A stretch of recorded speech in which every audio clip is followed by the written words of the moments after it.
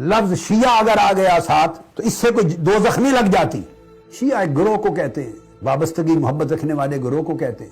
موسیٰ علیہ السلام کے لیے بھی لفظ آیا ہے شیعہ کا، اور ہمارے کے درود پاک اولیاء اللہ کے طریقوں میں بھی اشیاءہی و احزابہی کے الفاظ آتے ہیں۔ اس لفظ میں کوئی کباہت نہیں ہے۔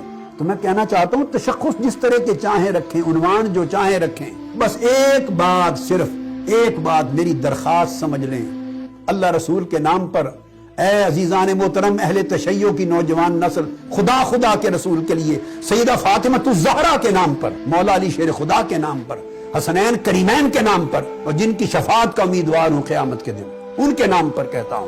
باقی شناختیں رکھیں، بس ایک صحابہ کرام کی گستاخی کے عمل پر لعنت دے دے، اس کو ترک کر دے زندگی سے۔